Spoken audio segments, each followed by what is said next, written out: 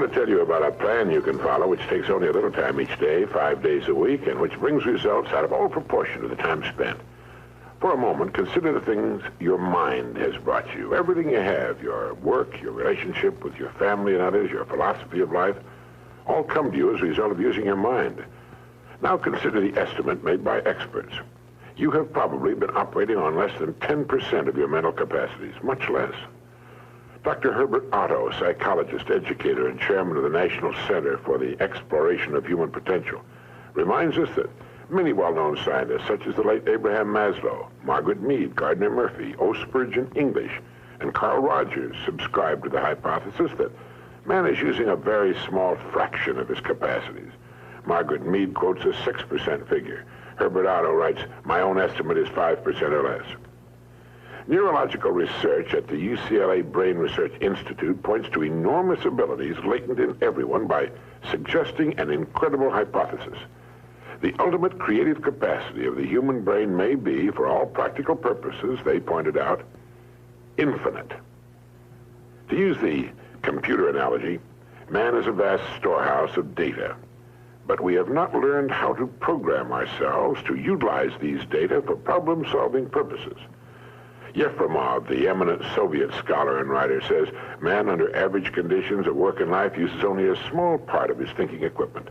If he were able to force our brain to work at only half its capacity, we could, without any difficulty whatever, learn 40 languages, memorize the large Soviet encyclopedia from cover to cover, and complete the required courses of dozens of colleges. Now, this statement is hardly an exaggeration. It is the generally accepted theoretical view of man's mental potentialities. Now, how can we tap this gigantic potential? Well, it's a big and very complex problem with many ramifications. But as Herbert Otto points out, it is clear that persons who live close to their capacity, who continue to activate their potential, have a pronounced sense of well-being and considerable energy. They see themselves as leading purposeful and creative lives. If everything you have is the result of using just 10% of your mind, consider for a moment what it will mean to you and your family if you can increase this percentage. Now, none of us, as a rule, has the slightest notion of the real capabilities of his mind. But believe me when I say that your mind can be compared to an undiscovered gold mine. And it makes no difference whether you're 17 or 70. Look at it this way. Your goal is in the future. Your problem is to bridge the gap which exists between where you are now and the goal you intend to reach. This is the problem to solve.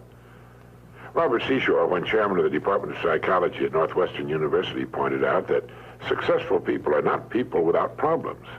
They're simply people who've learned to solve their problems. And there you have it. Living successfully, getting the things we want from life is a matter of solving the problems which stand between where we now are and the point we wish to reach. No one is without problems. They're a part of living. But let me show you how much time we waste in worrying about the wrong problems. Here's a reliable estimate of the things people worry about. Things that never happen, 40%. Things over and past that can't be changed by all the worry in the world, 30%. Needless worries about our health, 12%. Petty miscellaneous worries, 10%. Real, legitimate worries, 8%. In short, 92% of the average person's worries take up valuable time, cause painful stress, even mental anguish, and are absolutely unnecessary. And of the real, legitimate worries, there are two kinds.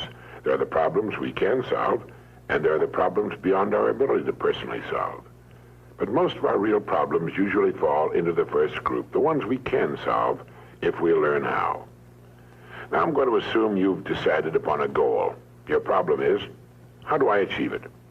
Your goal may be a promotion, a greater income, a beautiful home. It makes little difference what your goal happens to be. But you have your goal, and you know that you will become and you will achieve what you think about. That is, if you stay with it, you will reach your goal. But how? Well, it's right here that your mind comes into play. What is your mind? No one knows for sure.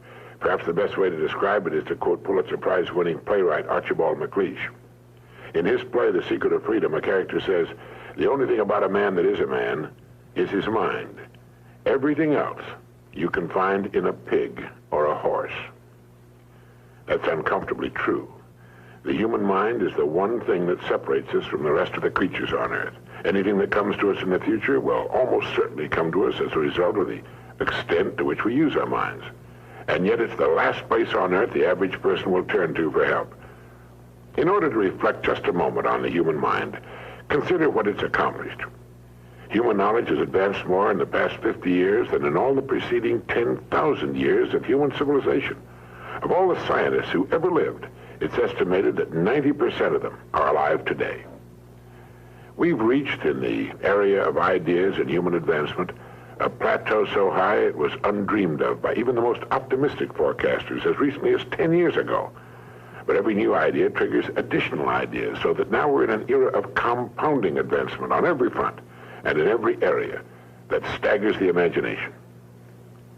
Dr. Harlow Shapley of Harvard has said that we're entering an entirely new age of man.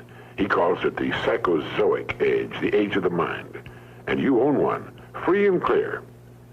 Now let's look at a few facts. Now, the average working person has at his disposal an enormous amount of free time. In fact, if you total the hours in a year and subtract the sleeping hours, if he sleeps 8 hours every night, you'll find he has almost 6,000 waking hours, of which he spends less than 2,000 on the job. Now, this leaves him 4,000 hours a year when he's neither working nor sleeping. These can be called discretionary hours, with which we can do pretty much as we please. At least, our minds are free.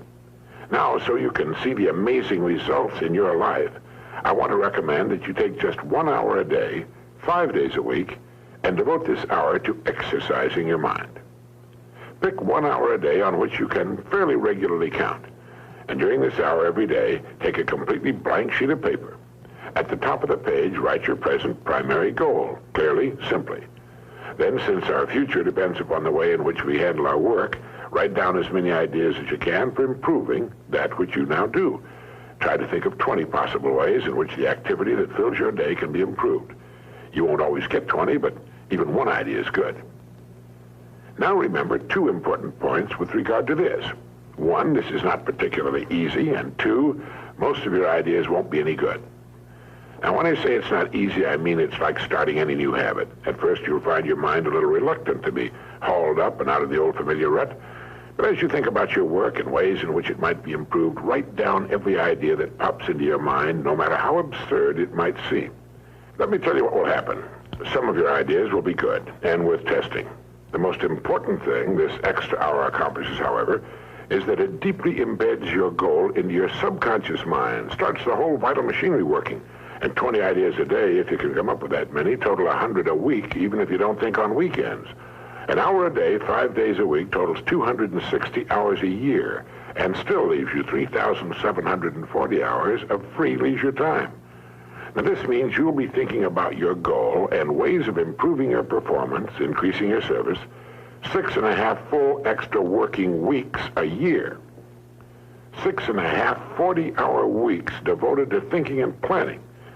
Can you see how easy it is to rise above the so-called competition? And will still leave you with 15 hours a day to spend as you please. Starting each day thinking, you'll find that your mind will continue to work all day long. You'll find that at odd moments, when you least expect it, really great ideas will begin to pop into your mind. And when they do, write them down as soon as you can. Just one great idea can completely revolutionize your work and, as a result, your life. If you want to develop the muscles of your body, you take daily exercise of some sort. Well, the mind is developed in the same way, except that the returns out of all conceivable proportion to the time and energy spent. I've used this system for years, and it's given me some of the most gratifying and rewarding experiences of my life. And it costs only 5 hours a week. 5 hours out of 168. Is it worth it? It's like spending 5 hours a week digging in a solid vein of pure gold, because your mind is all of that and much more. Each time you write your goal at the top of the sheet of paper, don't worry or become concerned about it. Think of it as only waiting to be reached, a problem only waiting to be solved. Face it with faith and bend all the great powers of your mind toward solving it. And believe me, solve it, you will. Now let's briefly recap. This week, start spending 1 hour each day getting as many ideas as you can. Try for 20 a day on ways to improve what you're now doing. Remember, the achievement of your goal very likely depends upon it, as does your whole future. 2, if everything you now have is the result of using, say, 5 to 10% of your mental abilities, You can imagine what life will be like if you can increase this figure to 20% or more. 3, successful people are not people without problems. They're simply people who've learned to solve their problems. 4, don't waste time and energy worrying about needless things. 40% of them will never happen, 30% have already happened and can't be changed, 12% are needless worries about our health, 10% are petty miscellaneous worries, and only 8% are real. Try to separate the real from the unnecessary and solve those which are within your ability to solve. Last of all, the only thing in the world that can take you to your goals in life is your mind, its effective use, and following through on the good ideas it supplies you. Each of us has a tendency to underestimate his or her own abilities. We should realize that we have, deep within ourselves, a reservoir of great ability, even genius, that can be tapped if we'll just dig deep enough. It's the miracle of your mind.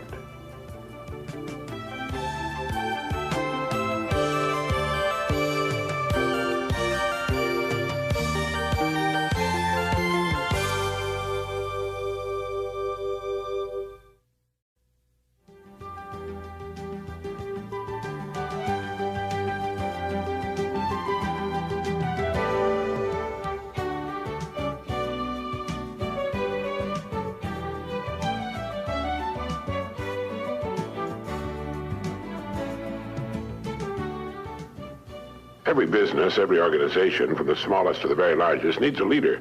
They have their committees, their echelons of command, and perhaps a widely dispersed group of semi-autonomous divisions. But the overall company and each of its divisions must have strong and able leadership. Contrary to popular belief, you do not raise morale in an organization. It filters down from the top. The attitudes of the people working in any organization will always reflect the attitude of the leader. And finally, this leader will always be found to be just one person. I'm sure you're aware that even the largest and oldest companies, with many thousands of employees and hundreds of management people, will, when they find themselves in trouble or not doing as well as they should, seek out one man and place him in the position of final authority. The whole company, the board of directors, and perhaps thousands of stockholders all look to this one person for leadership and success. Wherever you find a successful going concern, whether it's a government, a business, a club, or a well-organized home, you find behind its success an outstanding leader. This is the most valuable person in society. In industry, he makes the wheels turn, the entire economy work. This is the man who's been responsible for the growth of nations and their position in the world. He's the employer of millions. He's the dreamer, the planner, and a clock to him is something that other people watch. You'll find him working early and late, and when he's not working, he's usually planning. Back during the Depression of the 30s, the phrase most often heard by employers was, "I'll do anything." Millions were unemployed. Thousands of business firms had closed their doors, and outside employment offices, long lines of people stood waiting for any kind of work. It was during this time in Long Beach, California, crowded to overflowing with thousands who had migrated there looking for work. I know because I was a kid there. That a man I knew made an interesting discovery. He found that he could go to work almost anywhere he chose. Now, amazing as this may sound, it's true. It dawned upon him one day that the business establishments of various kinds were just as anxious to succeed as were the people looking for work. The owners and managers of these businesses were worried and concerned over the hard times which had descended upon the country. And a great many of them were looking for someone to come to their aid, the person who would somehow show up and solve their business problems. But all they heard was people asking for work and saying, "I'll do anything." These people were asking for a paycheck from a man who was very likely teetering on the brink of financial ruin himself. And so signs appeared in windows all over the land, reading, "No help wanted." This was a negative form of advertising, and while it kept the plaintive hordes away from the door, it also hurt business. Well, this friend of mine decided to become a part of the solution instead of a part of the problem. And his method was simple, and it worked like a charm. He selected the kind of business he felt he would like to work in and in which he could build his career. He then devoted a month to finding out all he could about that particular business. He talked to other people in the same line. He heard their problems and what they felt was wrong. He talked for hours, asking questions about what they felt was needed and so on. He went to the public library and read everything he could find on that industry. And then he began to think of ways and means by which this business might be improved. When he was ready, and finally made his call on the company for which he decided to work, instead of asking for a job, he said something like this: "I believe I know of several ways in which your business can be greatly increased, and I'd like to talk to you about them." Well, here he was, selling the one thing on earth in which his prospect was most interested. The fact that he now knew a good deal about the man's problems permitted him to talk intelligently. And he took a positive attitude, expressed a willingness to pitch in and help the man put his business on a sound and profitable footing, and that's right, he got the job. Now, what had he done? Well, first he had specialized. He had selected one line of work and decided that was where his future would be. Now he had to prove himself, and he did. The best way for you to develop the security that lasts a lifetime is to become outstanding at one particular line of work. Look at it this way. Regardless of economic ups and downs, the industry of which that line of work is a part will continue to operate. It won't shut down completely. As long as you're in the top 5% of the people in that industry, you know you'll always be in demand. You'll be wanted and needed, not just where that industry is concerned, but where you and your family are concerned also. The man or woman who becomes truly outstanding at what he or she does has the world on a string. Here's the person of confidence and peace of mind. Here's the person who's quietly aware of his ability and intimate knowledge of his job and his particular industry. Ask yourself this question: am I now such a person? Down deep inside, you know the answer. If your answer is yes, you're among the most fortunate people, and in one of the smallest and most elite groups on earth. If your answer was no, it can be turned into a yes in a surprisingly short time. The first step is to make one really big and important decision. It's a decision the great majority of people never make, and suffer as a result. Failing to make this decision keeps a person from ever really getting on course or clarifying his goals.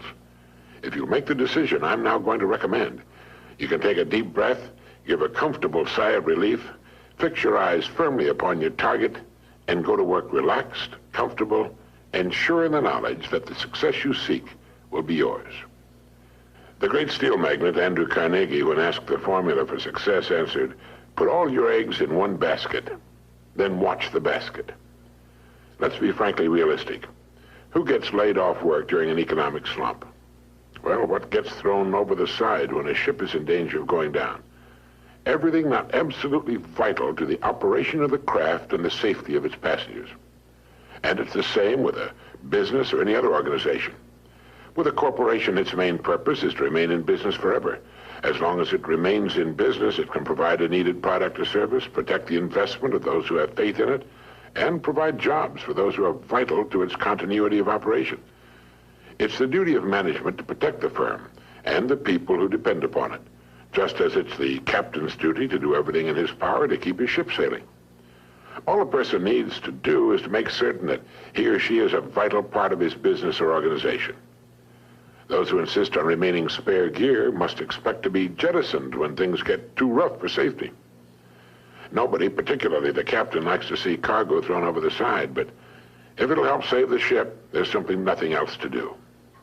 That's why people are laid off. It has nothing to do with management and labor relations or personalities, and in the long run, it's best for everyone, since once smooth sailing has again been reached, additional employment can be made available. So each of us must decide whether we want to be part of the cargo or a member of the crew. It's said that millions suffer today from a malady called panophobia. Panophobia means fear of everything. It's an uneasy feeling, a feeling of insecurity that generally manifests itself as a sort of lump of fear that settles right behind the belt buckle, especially on Sunday evening and on Monday morning. And this extremely unpleasant condition is said to result from the unspoken but realized fact that we're getting credit for more than we're actually doing. It's the perfectly natural and normal understanding deep within each of us that there's something basically wrong about getting praise that's not earned, or if you're an employee, being paid for something you're not doing as well as you possibly can. Now, there's a simple cure for this malady. It's to throw ourselves not out of a window, but into activity, into our work. It's the decision to be worth more than we're being paid. Only in this way can we grow. It's overbalancing the scales in the service we give, knowing that our rewards must follow as a natural result. Now, anyone who will be honest with himself realizes that he's been happiest and most satisfied after having successfully completed a difficult job. You know, a leader is a person who can help others. A leader is any person who realizes the importance of becoming a bigger and better person with the passing of every day, week, and month. A leader takes the responsibility of his own growth. He's a planner, a thinker, a doer. Now, each of us can become such a leader in his own area of activity. It's not difficult, and in the long run, it's easier for us and on us than what at first may appear to be the easier of two courses. Simply fix your eye upon your goal, visualize it with every ounce of your being, and courageously set out toward it. Become a kind of sponge for information which will help you on your way. You don't have to waste years making the mistakes others have made before. You'll be surprised at how quickly you'll reach your goal. But don't be impatient. Know and have faith that what should come to you will come to you in the right time. Everything in the world works on the side of the person who works with nature's laws. And above all, if you should forget everything else, remember that everything about you, everything you will ever have, know, or experience in any way, operates as a result of a law that is true and unchanging, the law of the stars and of the balance of the world. As Emerson wrote, let him learn a prudence of a higher strain. Let him learn that everything in nature, even dust and feathers, go by law and not by luck, and that what he sows, he reaps. Look about you now. Take stock of your present situation, because it's nothing more nor less than the result of your past sowing. Are you happy with it? Is it what you want? Then you know what you must sow today and tomorrow and the next day, and in the sowing rest in the calm, serene, and cheerful certainty that having sown, you will then reap the rich results, the abundant harvest.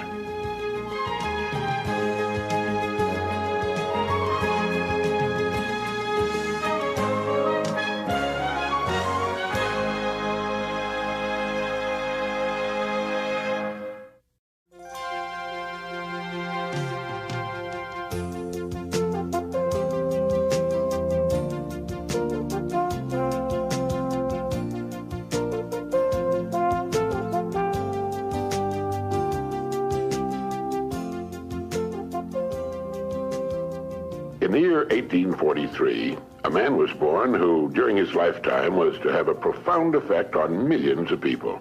His name was Russell Herman Conwell. He became a lawyer, then a newspaper editor, and finally a clergyman. Well, one day, a group of boys came to Dr. Conwell at his church and asked him if he would be willing to instruct them in college courses.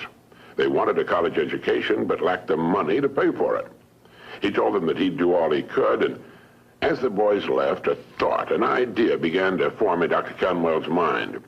He asked himself, why couldn't there be a fine college for poor but deserving young men? Well, here was a great idea, and he went to work on it at once. Almost single-handedly, Dr. Conwell raised $7 million with which he founded one of the world's leading universities.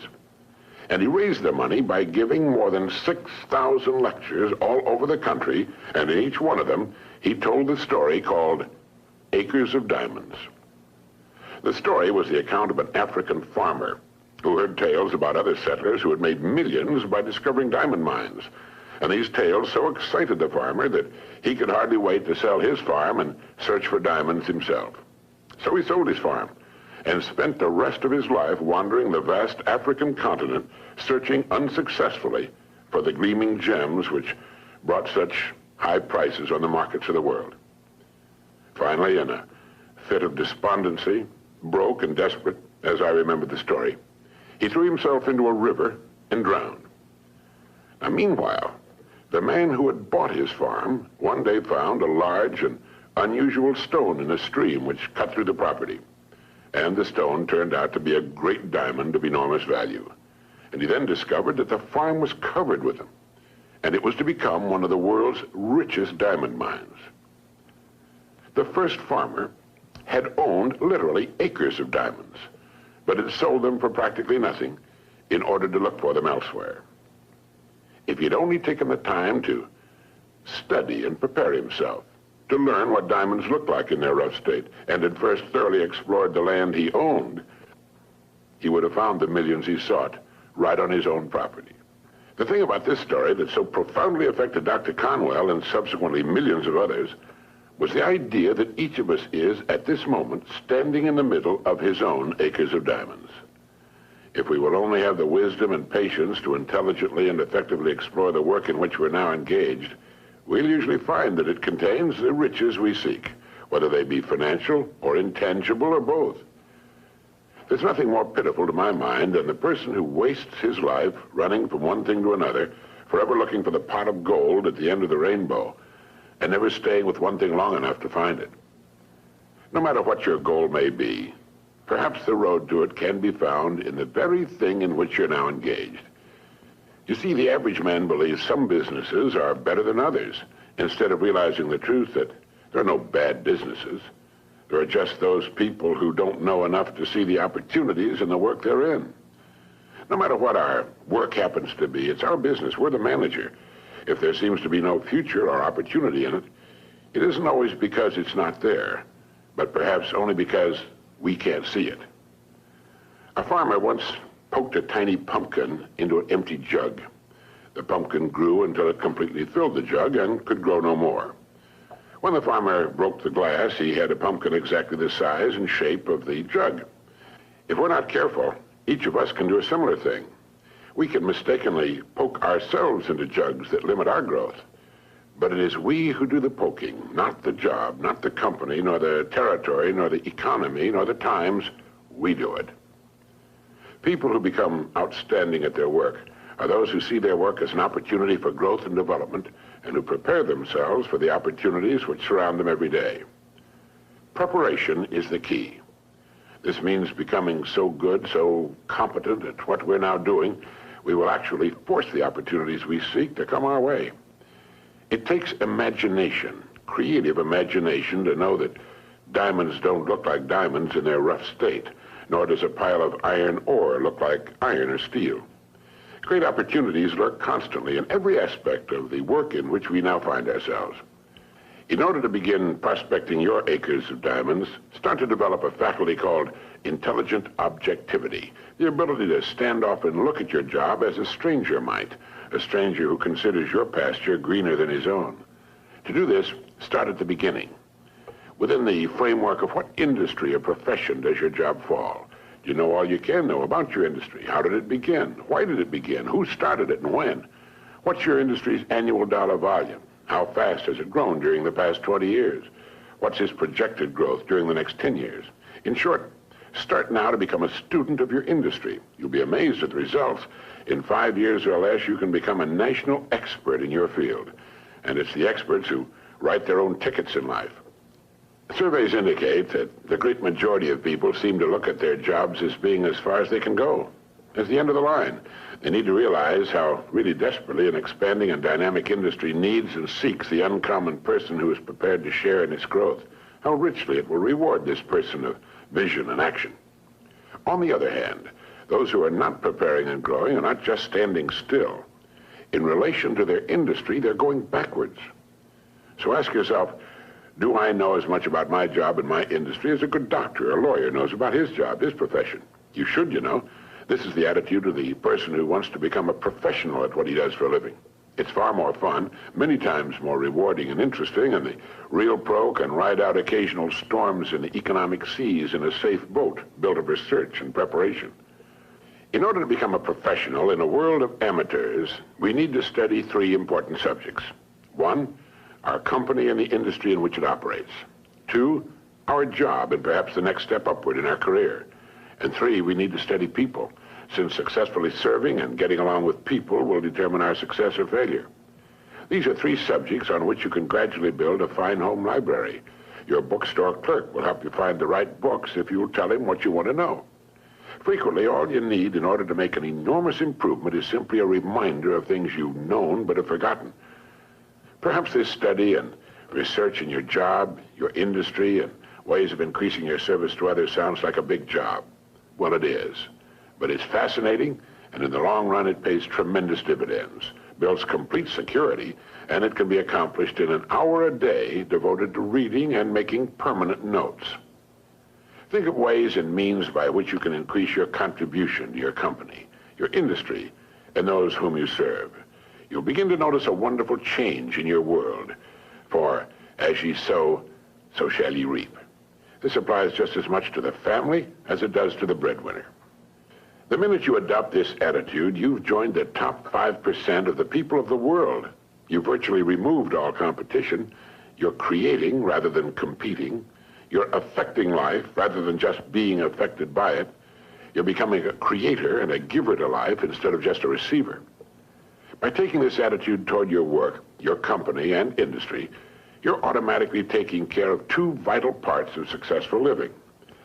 First, you'll find yourself becoming more interested and enthusiastic about your work and its future, and both interest and enthusiasm are contagious. And second, you're building financial security which will last a lifetime.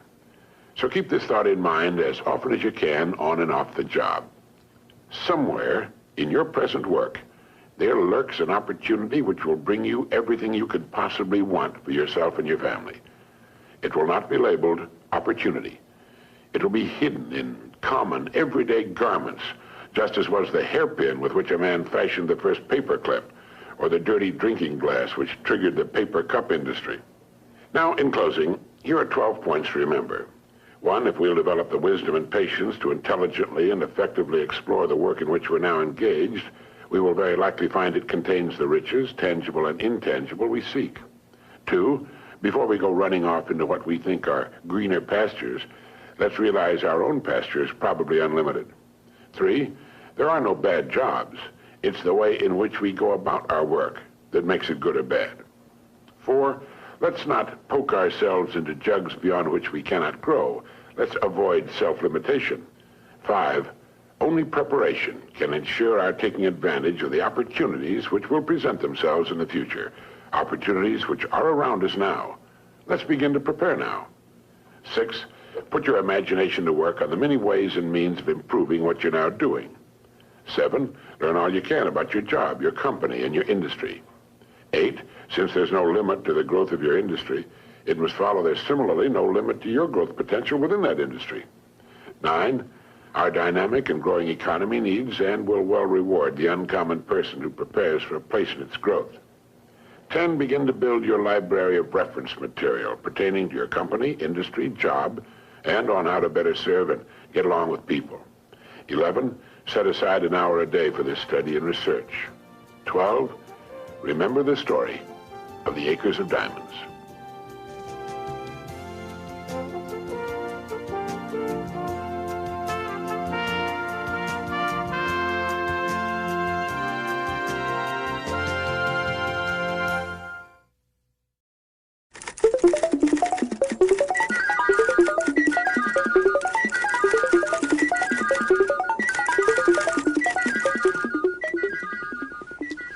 A father sat down for a chat with his 16-year-old son. The father's a good friend of mine and an excellent salesman, so he had a pad of paper and a pen with him, because it's always better if you can illustrate your point while you're making it. And while his son watched with interest, Jim drew a fairly good likeness of a goose. And behind the goose, he drew 3 eggs. And he said to his son, Jimmy, those are golden eggs. And that's the goose that lays the golden eggs. Now, if you had your choice of buying one or the other, which would you buy? And his son said, well, I'd buy the goose, of course. Of course you'd buy the goose, his father said. You'd invest your money in the goose because it could go on laying those golden eggs for years. Sure, his son said, anyone would. Yes, Jim went on, anyone would if they were presented it in this way. But the fact of the matter is, son, that most people have the exact opportunity, and yet they invest in eggs instead of the goose. Now the boy was quite interested, and he asked his father what he meant, and his father said, in this little quiz I've given you, the goose and the golden eggs are, of course, symbolic. The golden eggs people invest in are represented by their homes, cars, television sets, furniture, refrigerators, stoves, boats, vacations, all the good things they can buy. All the good things everyone wants to have and should have. Well, what's wrong with that, the boy asked. Well, there's nothing wrong with that, Jimmy. It's just that most of them invest in golden eggs exclusively and don't invest enough in the goose that provides all these golden eggs. You see, the goose that lays the golden eggs is the breadwinner. The more money invested in him, the more golden eggs he can provide. Now, take you, for example, Jimmy, he said. You're 16, and like most boys your age, you don't know what you want to do with your life yet. You're confused. You haven't really been giving your best to your schoolwork because you're not sure you'll need a lot of the subjects you're studying after you get out of school. And not knowing what to do after you're an adult, you don't know what you'd want to major in at college. Now, what I want you to understand is that as long as you're getting an education, you're investing, we're both investing in this goose. The more we invest here, the more golden eggs you'll be able to provide for yourself and your family someday. And if you're really smart, you'll never stop investing in the goose, even after college. Each year, you'll invest a percentage of your income in your continuing education. And each year, you'll find, well, that you're becoming more valuable as a person, able to provide still more and more of these golden eggs you and your family will want. Do you understand that, Jimmy? The boy was silent a long time, and he said, "Yes, I think I do, Dad. I think I do." Now, just a moment for this message.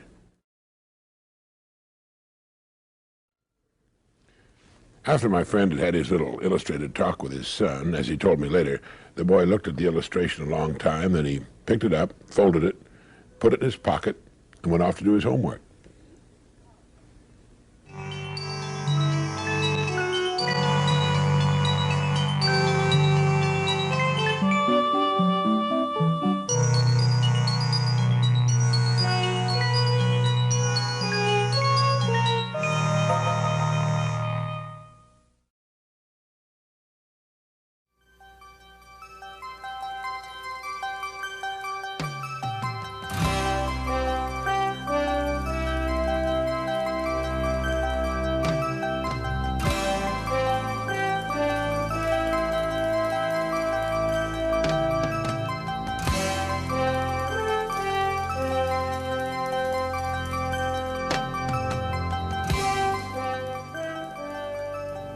I'm sure you find it as amazing as do the rest of us that the great majority of people have to learn things the hard way.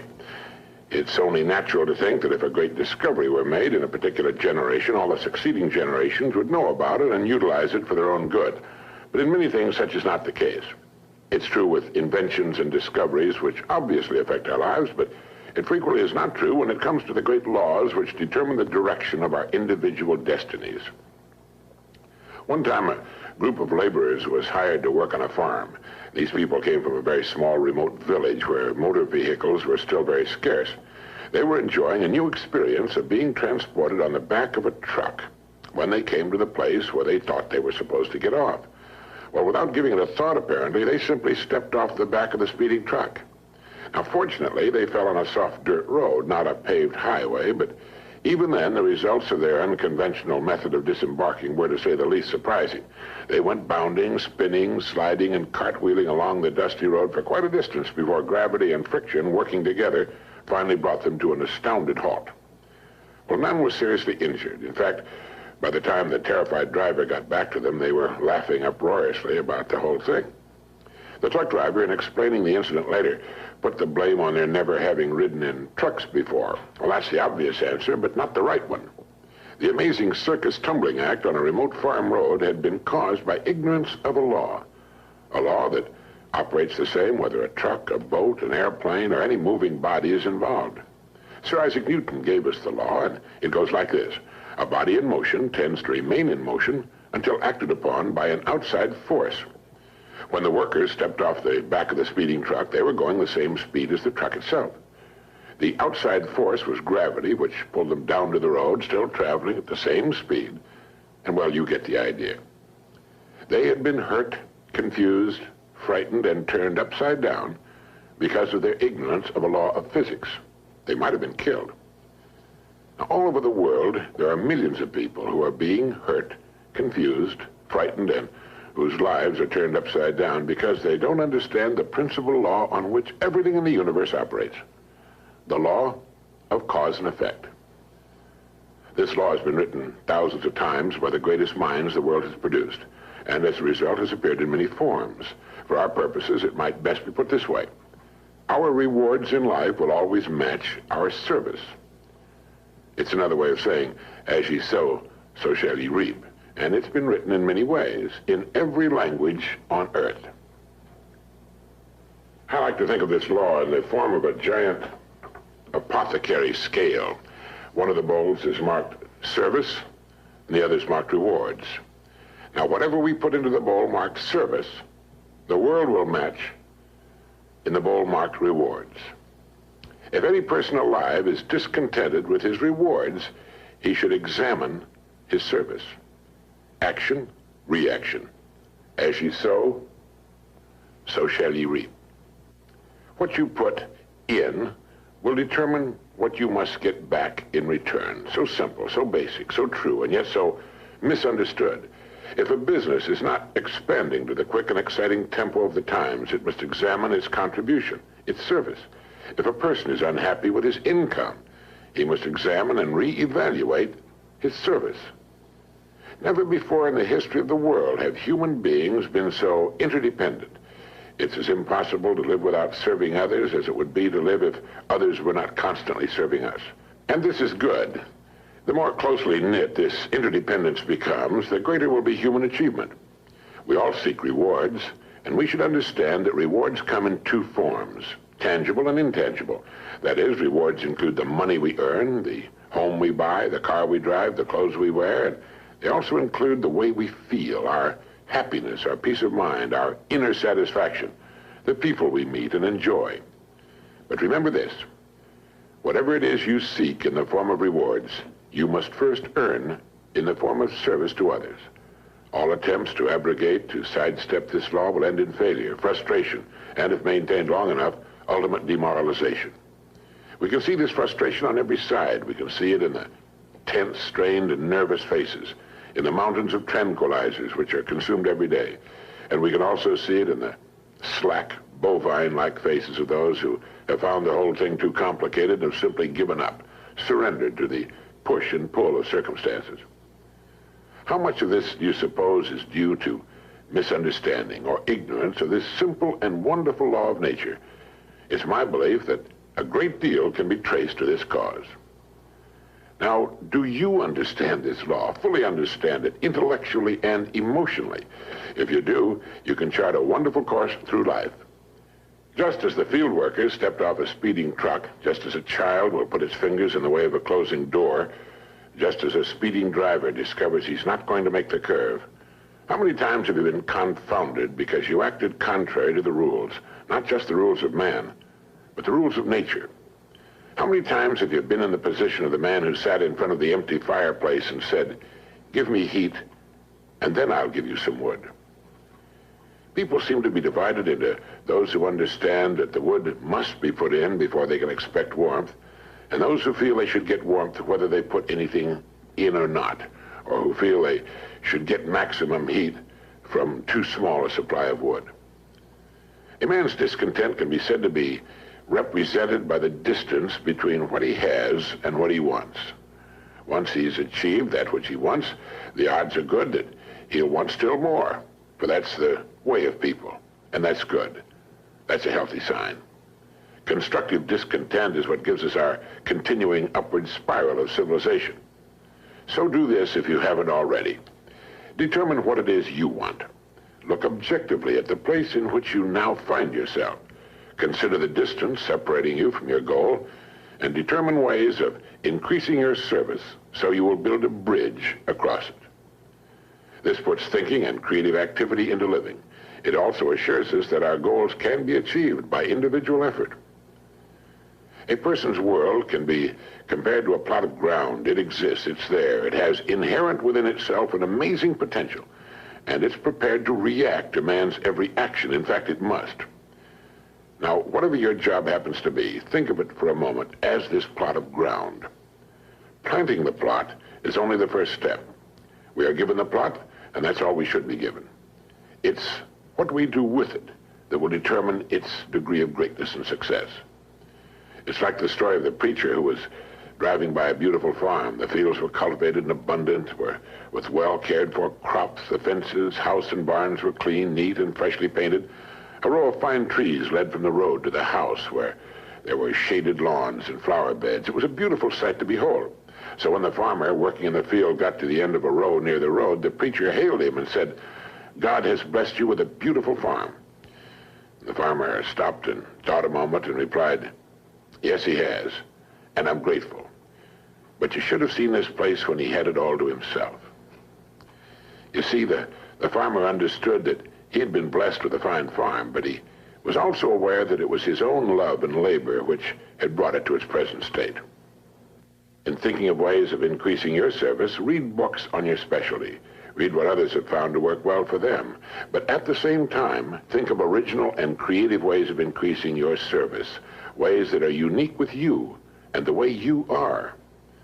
Each morning and during the day, ask yourself this question: how can I increase my service today, knowing that my rewards in life must be in exact proportion to my service? Now do this every day and you will have started to form one of life's most valuable habits. Horace Mann wrote, "If any man seeks for greatness, let him forget greatness and ask for truth, and he'll find both." You see, you can cut away all the confusion and complications and nagging worries and vague, half-formed fears by returning to the great truth, the great laws, the great verities on which all success, all accomplishment, the whole world is built. If you're worried about your income or your future, you're concentrating on the wrong end of the scale. Look at the other end. Concern yourself only with increasing your service, with becoming great where you are, and your income and your future will take care of themselves. In William James' essay on Vital Reserves, he wrote, "Compared with what we ought to be, we're only half awake. Our fires are damped, our drafts are checked. We're making use of only a small part of our possible mental and physical resources." Stating the thing broadly, he went on, "The human individual thus lives usually far within his limits. He possesses powers of various sorts which he habitually fails to use. He energizes below his maximum, and he behaves below his optimum." All right, how can we correct the situation? William James gave us the answer. He wrote, "Either some unusual stimulus fills them with emotional excitement, or some unusual idea of necessity induces them to make an extra effort of will. Excitement, ideas, and efforts, in a word, are what carry us over the dam." All right, let your goal represent the excitement. Your ideas and efforts will weigh down the service end of the scale, and the rewards must and will follow.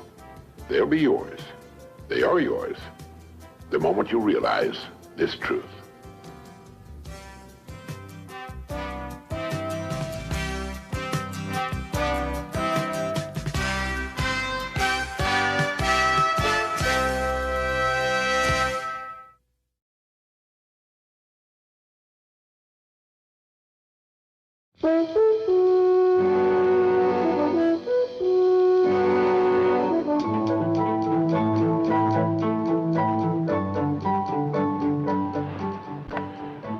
Back in 1956, I wrote and recorded something we called The Strangest Secret. Without advertising or fanfare of any kind, it outsold all other non-musical, non-entertainment type recordings. It's been heard by millions and millions of people throughout the free world, and in the process, created a brand new industry. Learning through listening. On one of these solid-state cassette tape players. This player has revolutionized the learning process. Now people listen in their automobiles while driving to and from work and on sales calls, time that was formerly wasted, on their commuter train with the little earpiece, in the bathroom while shaving in the morning, at the dinner table with the children gathered around the table and the whole family together for a change. This has made a tremendous difference in the business of learning. But getting back to The Strangest Secret, what makes a bestseller? What was there about that recording that caused millions of people to want to hear it over and over again and let their children hear it and play it for their employees and their sales forces? Well, I'm making a talk here today in which I'll cover the highlights and philosophy of The Strangest Secret, and I'd like to invite you to join us, and I hope you find it of some value.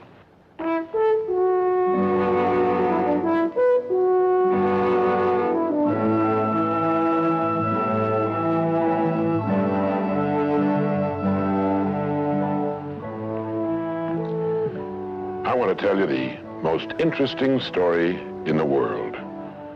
Why a person becomes the person he becomes. Why a little boy or a little girl grows up to be the kind of person he or she becomes. Now, the estimates by the experts in this field are that most of us are using somewhere around 5% of our real potential. Some experts say as little as 1%.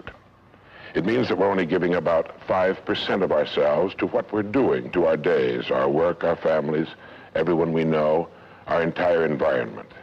But it also means that we're only experiencing 5% of the fun, 5% of the joy, 5% of the rewards we could be knowing, or less. All the experts are agreed that in each of us, there are deep reservoirs of ability, even genius, that we habitually fail to use. Why? We know that most people desire by nature to succeed. But what is success? What is this word that has become so famous in the world? What does it mean? Most people don't know what success is all about. And since they don't know what it's about, they really don't know where to look for it. Success is really nothing more than the progressive realization of a worthy ideal. This means that any person who knows what he's doing and where he's going is a success. Any person with a goal toward which he's working is a successful person.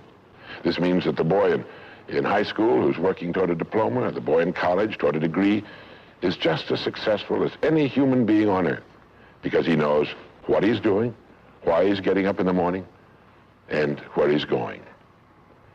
But conversely, if a person doesn't know what he's working toward, what it is he wants, doesn't have a goal toward which he's working, then he must, at least by this definition, be called unsuccessful.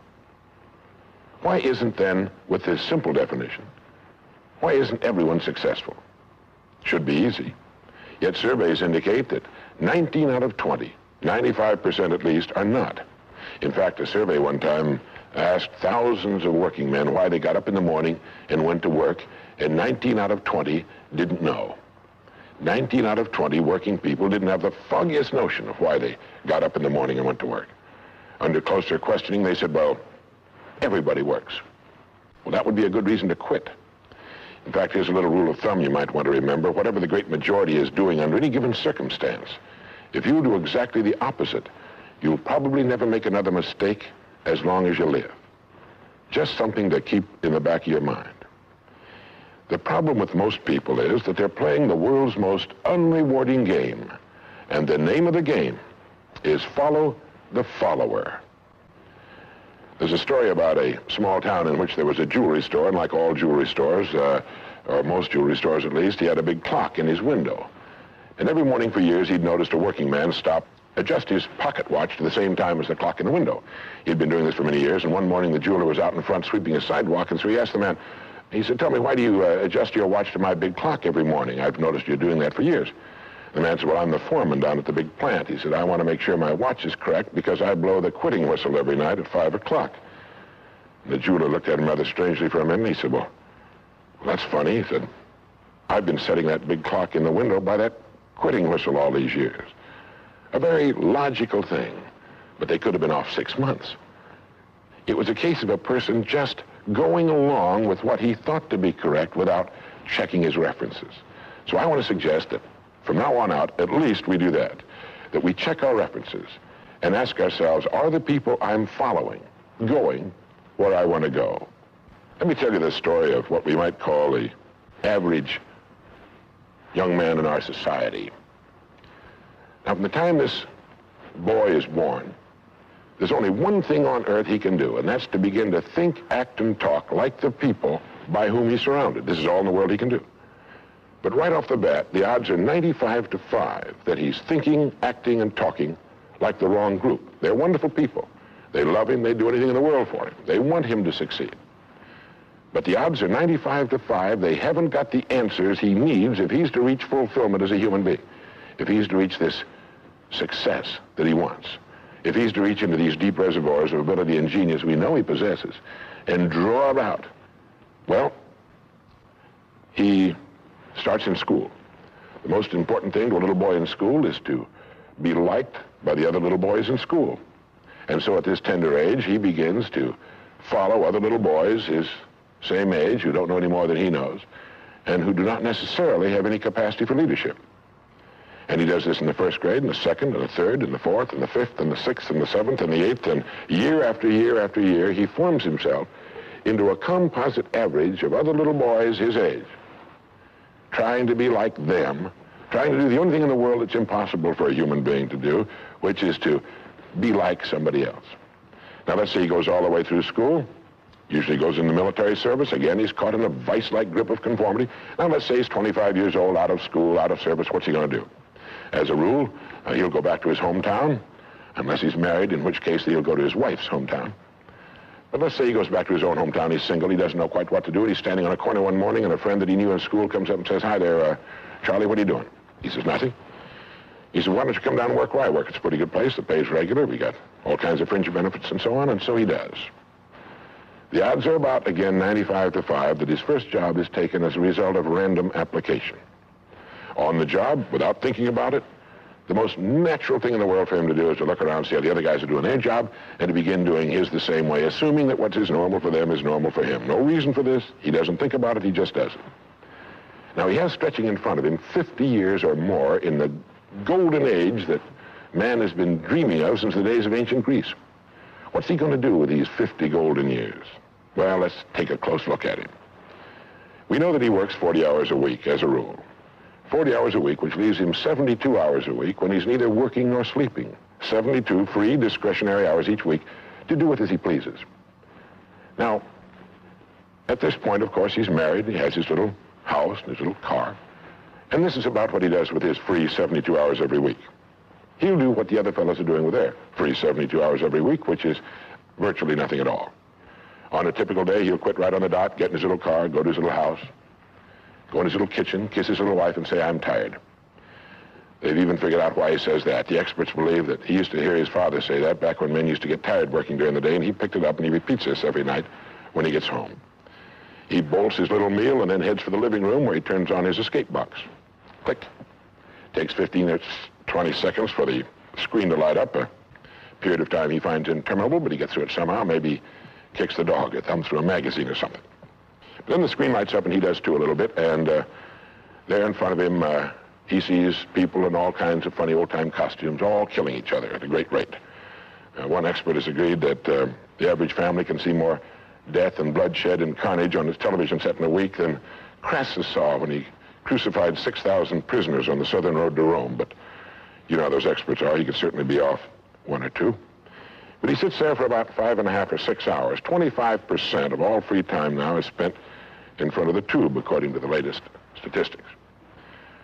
Now, there's nothing wrong with this particularly, except that he's watching other people who are earning excellent incomes in the pursuit of their careers, while he doesn't make a nickel, and gets the only two things you can get from watching TV on that kind of a schedule. He gets red eyes and a hollow head. Now, this is not meant to be an indictment of television. I've got a couple of television sets at home, too. I have a couple of cars at home, too, but I don't go home at night and drive around the block for 6 hours. If there's someplace I want to go, fine. My car will take me there. If there's a great program, like a golf match or something like that, I want to see it. But he sits there for 6.5 hours until finally his wife, who's a little more practical than he is, taps him on the shoulder and she says, "Charlie, I think it's about time you went to bed. You've got to get up in the morning and go to work." And he's okay, and he shuts it off. He knows how to do that. He just shuts it off and goes to bed. Next morning he gets up and he does this all over again. He does this every day for 40 years. At the end of 40 years, he's retired, which always kind of catches him by surprise. No one's ever figured that one out either. And then he dies at 85 or 90, the way medical science is moving us along, out of sheer boredom. Well, what's the problem? Is there a tragedy here? Not really, if that's the way Charlie wants to spend his life, our mythical, hypothetical young man. If he wants to spend his life that way, that's his business. He lives in a free society, he can do anything with it he wants. But there's a terrible tragedy here if he's living that way because of the total lack of a decision. If he's living that way simply because he's still doing what he was doing in the first and second grade, and that's going along with the fellas up and down the block on the unspoken assumption that they know how to live, then there's a real tragedy there, because they've never known how to live, not in all the recorded history of mankind. He never finds out who he is. He never reaches into the deep depths of his abilities, his talents. He never learns that he can have just about anything he wants in the world, that he can call his own shots, tell his own fortune. And it's kind of a pity. Well, what's needed? Well, what's needed I think, is a checklist, like an airplane pilot uses. I think that living successfully is as important as flying an airplane. And here's some of the things that I think should be on that checklist that could help this man live a more meaningful, more interesting, more exciting, more enjoyable life. The first thing that he ought to have on his checklist, in my opinion, is the word a goal. A man without a goal is like a ship without a rudder. He doesn't know where he's going. He then belongs to that 95% that is just living day by day, month after month, like a starfish or an amoeba. He needs to know where he's going. Back in the early days of navigation, sailors used to see a strange sight in the Antarctic. They'd see a giant iceberg towering high out of the sea, and it would be moving against the wind. The wind would be blowing this way. The great iceberg would be moving right into the teeth of the wind. And this, of course, frightened the sailors whose ships were powered by the wind, until it was discovered that, of course, only a fraction of the great berg was visible, and that its huge, ponderous roots were caught in the great currents of the ocean. And it was being borne purposefully along its way, regardless of the winds and the tides on the surface. Well, this is what a man needs. He needs his roots deep in a great mainstream of his own choosing, and then he'll move along his way, regardless of the winds on the surface of his life or short-term expediency, and he'll get to where he's going. The second word on our checklist might be the word attitude. It's been called the most important word in any language in the world, because it's our attitude toward our world, toward all the people in it, that will determine the world's attitude and all the people's attitude toward us. It's a simple thing. Most of us know it, but we tend to forget it. People will react to us according to our attitude. And our attitude is the greatest gift we can be given. You know, the little creatures of the world were given a wonderful gift by Mother Nature called protective coloring, in which they can blend into their background without being seen. But man was not given this great gift, because man was given an incalculably greater one. Only man has the godlike power to make his surroundings change to fit him, because his environment will change as he changes. A man's environment is a merciless mirror of him as a human being. And if he thinks his environment can stand a little improvement, all he has to do is improve, and his environment will improve to reflect the changing man. Third would be the word think. To think. The highest function of which a human being is capable. It was put pretty well by the great Pulitzer Prize-winning playwright Archibald MacLeish in his great play, The Secret of Freedom, in which he has one of his characters say, "The only thing about a man that is a man is his mind. Everything else you can find in a pig or a horse." It's true. And so if we're going to develop something, this is a good place to start. To think deliberately and with a purpose. To spend a little time each day before a blank sheet of paper with our goal perhaps written at the top, and come up with some fresh, new, and exciting ideas. The next point on our checklist you might call the law of laws. That's what Emerson called it, this great old law of cause and effect. That our rewards in life will always be in exact proportion to our contribution, to our service. We all know this, really. We tell our children in Sunday school that as ye sow, so shall ye reap, but we forget that that's true. If a man is unhappy with his rewards, all in the world he's got to do is find ways of increasing his contribution, his service. It's like the story of the preacher who was driving down a country road, and all of a sudden he came to the most magnificent farm he'd ever seen in his life. It was beautiful. And so he saw the farmer approaching the road on his tractor, and so he hailed him, and he said, "My good man," he said, "God has certainly blessed you with a magnificent farm." And the farmer thought for a moment, and he said, "Yes, you're right, he certainly has. But you should have seen this place when he had it all to himself." And the preacher had his sermon for the next Sunday. He realized that all the farmers up and down that road had been given the same land, but one man had made something great out of it. Well, all of us are given the same land. We're given a human life, and each of us can make something great out of it, too, if we want to. The next point might be simply the word truth. Since everything we do has an equal and opposite reaction, unless what we're doing is based on truth, we're building on sand, and it can't stand. The next point would be R&D, research and development. None of us would want to work for a company or invest our money in a company that didn't have a very viable research and development department. That is, pumping a good percentage of its profits back into research and development because its future depends on it. But so does a man's. And you might ask yourself, how much of your own take-home pay have you spent during the past year for materials calculated to make you smarter this year than you were a year before. Calculated to make you a little better, a little bigger as a human being, to perhaps love a little more and hate a little less and do a little better job than you did a year ago. How much money are you pumping back into yourself and your future? It's worth thinking about. And finally, the strangest secret. At the beginning, I said, what makes a child grow up into the human being he becomes? Well, this is the reason for that.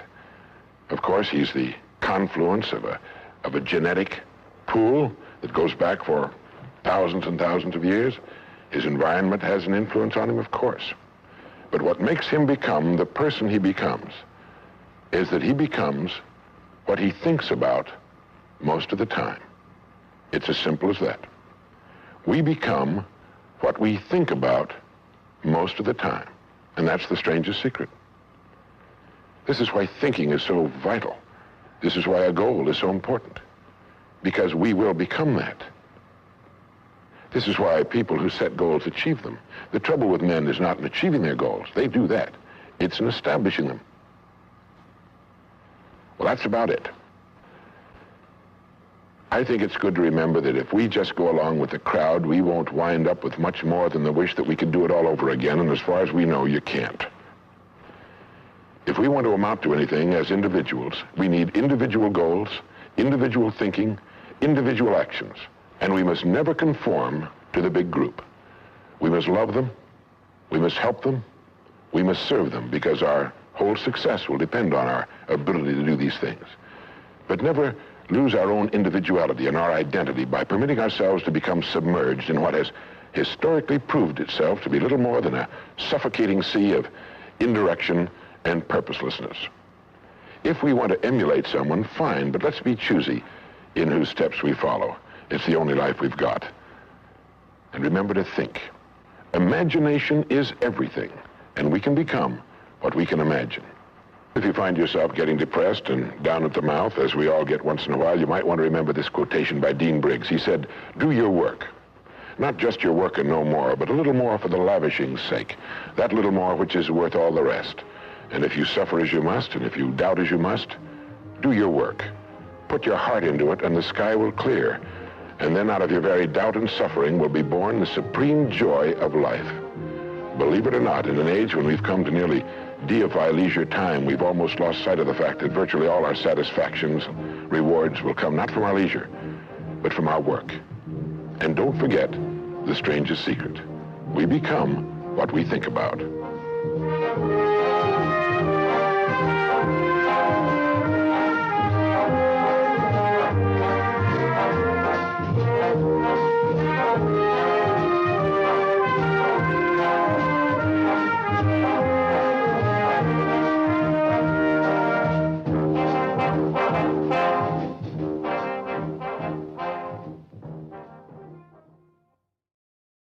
Hello, this is Earl Nightingale, and this recording, The Magic Word, is the first of 12 you'll receive in this series titled How You Can Lead the Field in the Modern World.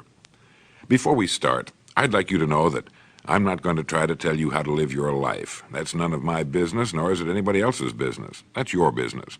Nor is this Lead the Field program a collection of pleasantries, platitudes, or Pollyanna. It is a summation of more than 20 years of research on one subject, and that is, why do some people do so well in life, while so many more do not?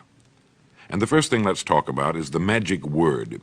The experts call it the most important word as far as the results we get from life are concerned in this or any other language, and that word is attitude. It is our attitude toward life which will determine life's attitude toward us. Let's face the fact honestly that we shape our own lives, and the shapes of them will be determined by our attitudes. A person with a poor attitude toward learning, for example, isn't going to learn much until he changes his attitude. If we take the attitude that we cannot do something, we generally will not do it. An attitude of failure, and we're whipped before we start. So we know then that what we receive from life, what we accomplish or fail to accomplish, is due in large measure to our overall attitude. William James of Harvard University put it this way: "The greatest discovery of my generation is that human beings can alter their lives by altering their attitudes of mind." And isn't it wonderful that we have this measure of control? Before we start talking about our attitude toward the world, let's talk about our attitude toward ourselves, since it is the attitude we take toward ourselves which determines our attitude toward the world. Now, right here we come to a rather strange fact. We're so familiar with ourselves, we tend to take ourselves for granted. We tend to minimize the things we can accomplish, the goals we can reach, and for some equally strange reason, believe others can accomplish things in our field which we cannot. There are literally millions of human beings living narrow, darkened, frustrated lives, living defensively, simply because they take a defensive, doubtful attitude toward themselves, and as a result, toward life in general. Many people are suspicious of and oppose change, yet change is the one thing in life on which we can absolutely count. People who stay young all the years of their lives not only welcome change, but see it for what it really is, new opportunity, new chances for further fulfillment. Attitude is a reflection, a result of a person's will. It is incalculably powerful. It can bring about marvelous results for us, but we need to train it patiently, day by day. Now let's talk about the attitudes of people who are successful, the top 5% of the people who go sailing through life from one success to another and who, even when they fail at something, shrug it off and head right out again. No matter who the person is or what he does, men and women in sales, business executives, people in all the professions, wives and mothers, students, top people in the armed forces, public servants, men and women in the service of religion, working men and women in all fields of endeavor, wherever you find a person doing an outstanding job and getting outstanding results, you will find a person with the right kind of attitude. These people take the attitude toward themselves that they can accomplish what they set out to accomplish, that there's no good reason on earth why they can't be competent, successful. They have a healthy attitude toward themselves and, as a result, toward life and the things they want to accomplish. And because of this, they achieve some remarkable things, and they come to be called successful, outstanding, brilliant, lucky, and a lot of other things. They're quite frequently no more brilliant or outstanding than the majority of the people by whom they're surrounded. But they did develop the right attitude, and they found their accomplishments not too difficult, and many times surprisingly easy, simply because it seems that so few are really trying, really believe in themselves. Successful people come in all shapes and sizes and in widely varying degrees of intelligence, background, and so on. But they all have one thing in common. They expect more good out of life than bad. They expect to succeed more than they fail. If you want something worthwhile, take the attitude that there are a lot more reasons why you can have it than there are that you cannot, and set out to earn it. Go after it, work at it, ask for it, and 9 times out of 10, you'll get it. Our environment is really a mirror of our mental attitude. If we don't like our environment, we have to change our attitude first. Now, the world plays no favorites. It's impersonal. It doesn't care whether we change or not. Adopting a good, healthy attitude toward life doesn't affect the world and the people in it nearly as much as it affects us. It would be impossible to even estimate the number of jobs which have been lost, the number of promotions missed, the number of sales not made, the number of marriages ruined by poor attitudes. But you can number in the millions the jobs which are held but hated, the marriages which are tolerated but unhappy, all because of people who are waiting for the world and others to change toward them, instead of being big enough and wise enough to at least make a test which will prove beyond any shadow of a doubt where most or at least a big part of the trouble lies. Studies made of the lives of literally thousands of successful people have shown that they radiate confidence, assurance. They expect success, and they get success. You can spot these people by the way they walk, by the way they look and act. You can feel it about them when they enter a room. They may be short and fat, or tall and thin, or any combination in between, but they have about them the attitude of success. In the record Greener Pastures, I'll get into this next statement, but right now I want you to realize, if you don't already, that in 5 years or less, you can get right to the top of the work you're now doing. I know this, but the important question here is, do you know this? The minute you do know it, you'll have this right attitude I'm talking about. The easiest and most effective means of forming a good attitude habit is to begin to act as though you have a good, positive, expectant attitude toward life. That's right. Begin right now to walk, act, and look as though you belong to this group. If you're already in the top 5%, you'll know what I mean. If you've never tried it, you'll be amazed at what happens.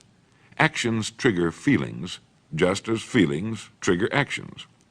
Now, let me tell you of a little test you can make which will prove beyond any shadow of a doubt that a good attitude can change a person's life as dramatically as walking from a darkened room into the bright, clear light of day. Not long ago, I read a line which went, "Life is dull only to dull people."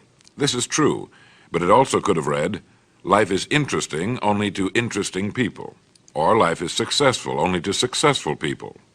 Now, what I'm trying to say is that you must first become, mentally, from an attitude standpoint, that which you wish to achieve. A famous restaurateur was being interviewed by a reporter who asked, "When did you become successful?" He replied, "I was successful when I was sleeping on park benches, because I knew what I wanted to do and that I would do it." In short, his attitude had been one of success, of expecting success, long before the material, the tangible rewards of success had been earned. We'll get into this particular phase of Lead the Field in record number 3, A Worthy Destination. But for now, remember that a person must act, look, and because of these things, feel successful before the success he seeks can come. Chances are you know people who seem to be what others call lucky. All kinds of good and wonderful things seem to happen to them, and they give the impression of happily sailing through life, having a wonderful time, and getting more accomplished in a year than most people do in 5.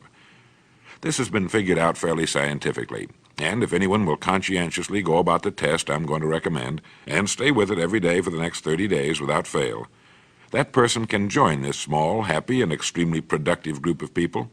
He'll find himself becoming lucky, as they say, and most of his problems will pretty well take care of themselves. Of this you can be sure. The results will be nothing short of amazing. Now, it makes no difference how good a person's attitude has been in the past. Anything can be improved upon, and it's the small refinements upon something already good that makes it great. So here's the test. For the next 30 days, act toward the world, everything and everyone with whom you come in contact, with the attitude which represents the kind of results you want to achieve. That is, if the result you want is more success in what you're doing, act as though you are already in possession of the success you seek. If you want others to treat you with admiration and respect, treat others with admiration and respect first. Have you ever stopped to think of this? Every human being on earth is the most important human being on earth as far as he or she is concerned. You may never get anyone to admit it, but it's a fact. So for the next 30 days, treat every person with whom you come in contact as the most important person on earth, remembering as you do so that as far as that person is concerned, he is. Now, the reason I say treat everyone in this fashion is mainly because this is the way human beings ought to treat each other, and because it will help you form a habit that will bring you amazing and delightful results for the rest of your life. Have you ever noticed that the higher you go in any organization of value, the nicer the people seem to become? You see, the bigger the person, the easier it is to talk to him, to get along with him, to do business with him. Do you know why? It's because he's got a good attitude, and people with the best attitudes just naturally gravitate toward the top. So for 30 days, act toward others and the world at large in exactly the same manner you want the world and others to act toward you. Treat your wife or husband as the person he or she really is, the most important person in your life, and the same with the children. Carry out into the world each morning for 30 days the kind of attitude you would have if you were the most successful human being on earth. And notice how it quickly develops into an habitual attitude. When a person does this, he should realize he has already placed himself on the road to what he seeks. He is right now in the top 5% of the people in this or any other country. He has prepared the ground and planted the seed. He has made of himself a magnet, an embodiment of that which he seeks. Before metal can be cast into a desired shape, the mold, the expectant receptacle, must first be fashioned. Before a building can be erected, the excavation must be made and the foundation laid. And before a person can achieve the kind of life he wants, he must become that kind of individual. He must think, act, talk, walk, and conduct himself in all of his affairs as would the person he wishes to become. He is then actually that person, and the things that person would have and do will naturally come to him. Almost immediately, a change will be noticed. Irritations that used to frustrate and annoy disappear. When some less informed individual gives you a bad time, stay on the track. When someone cuts in front of you with his car or acts in any other manner that shows his ignorance and lack of courtesy, don't permit yourself to drop to his level. Pity him, for that's what he really deserves. That's the very group a person doesn't want to belong to, and if he acts like them, well, let's face it, he belongs with them. There's nothing in the world that men, women, and children want and need more than the feeling that they're important, that they're needed and respected. They will give their love, their affection, their respect, and their business to the person who fills this need. So the magic word is attitude. And in summing up, a few points to keep in mind. 1, it is our attitude at the beginning of a task which, more than anything else, will affect its successful outcome. 2, it is our attitude toward life which determines life's attitude toward us. 3, we are interdependent. It is impossible to succeed without others, and it is our attitude toward others which will determine their attitude toward us. 4, before a person can achieve the kind of life he wants, he must become that kind of individual. He must think, act, talk, walk, and conduct himself in all of his affairs as would the person he wishes to become. 5, the higher you go in any organization of value, the better will be the attitude you'll find. 6, your mind can hold only one thought at a time, and since there's nothing at all to be gained by being negative, be positive. 7, the deepest craving of human beings is to be needed, to feel important, to be appreciated. Give it to them, and they'll return it to you. 8, look for the best in new ideas. As someone said, I've never met a person I couldn't learn something from. 9, don't waste valuable time broadcasting personal problems. It probably won't help you. It cannot help others. 10, don't talk about your health unless it's good. 11, radiate the attitude of well-being, of confidence, of a person who knows where he's going. This will inspire those around you, and you'll find good things will begin happening to you. And 12, lastly, for the next 30 days, treat everyone with whom you come in contact as the most important person on earth. If you'll do this for 30 days, you'll do it for the rest of your life. In the next recording, I'll talk to you about greener pastures. But now, in closing, remember the words of Walter Dill Scott of Northwestern University. Success or failure in any undertaking is caused more by the mental attitude even than by mental capacities. Thank you. For some time now, I've been interested in a discovery about human behavior called self-image psychology. You may already be familiar with the self-image idea. This is the principle that each of us is controlled by his mental picture of himself. If you've thought much about it, I'm sure you agree that a good self-image is vital to our happiness and to the achievement of our goals in life. But if you aren't yet familiar with this new idea, let me introduce it by quoting my old friend Dr. Maxwell Maltz, who said, "The most important psychological discovery of this century is the discovery of the self-image." Our self-image is our own conception of the sort of person I am. Each of us builds a self-image out of his beliefs about himself. It's unconsciously formed from past experiences, our successes and failures, our humiliations and triumphs. It determines the way we interpret other people's reactions to us. In short, this mental picture we have of ourselves turns out to be a kind of life-governing device.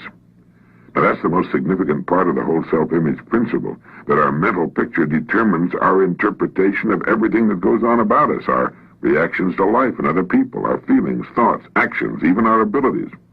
We are the person we believe ourselves to be, if we're anywhere near normal, and we're consistently that person in everything. Now, it's interesting, isn't it? It's exciting, too, when we realize that our self-image can be changed. If for one reason or another we've developed an image that's too limited to permit our achieving maximum results in life, that image can be enlarged, improved. There's one point to keep in mind here, though. We can't outgrow the limits we impose on ourselves. Our thoughts, habits, even our abilities must be those of the person we believe ourselves to be. We can set new limits in place of old ones, but we can't surpass the limits of our current self-image. There's a story about a Wisconsin farmer who was walking through his fields one day when he stumbled over a little glass jug in his pumpkin patch. Out of curiosity, he poked a young pumpkin through the neck of the jug, being careful not to break the vine. Then he placed his little experiment back on the ground and walked away. When harvest time came, the farmer was working his way down a row of big ripe pumpkins when he again came upon the glass jug. But this time it looked different. Picking it up, he discovered that the young pumpkin he had poked inside now completely filled its glass prison. Having no more room, it had stopped growing. The farmer broke the jug and held in his hand a runt pumpkin, less than half the size of all the other pumpkins and exactly the shape of the jug. Well, people aren't pumpkins, but our self-image is something like that jug. It determines the size and kind of person we become. The similarity ends with the fact that we can remove our self-imposed limitations by enlarging our self-image. We form a mental picture of ourselves through experience, and we can change that picture the same way, through experience. If the actual experience we need is not available to us, we can, according to self-image psychology, create that experience synthetically. Now, scientists agree that the human nervous system is incapable of distinguishing between actual experience and the same experience imagined vividly and in complete detail. Worry is a good example of this synthetic experience. When a person worries about something, he projects himself mentally, emotionally, even physically, into a situation that hasn't even occurred.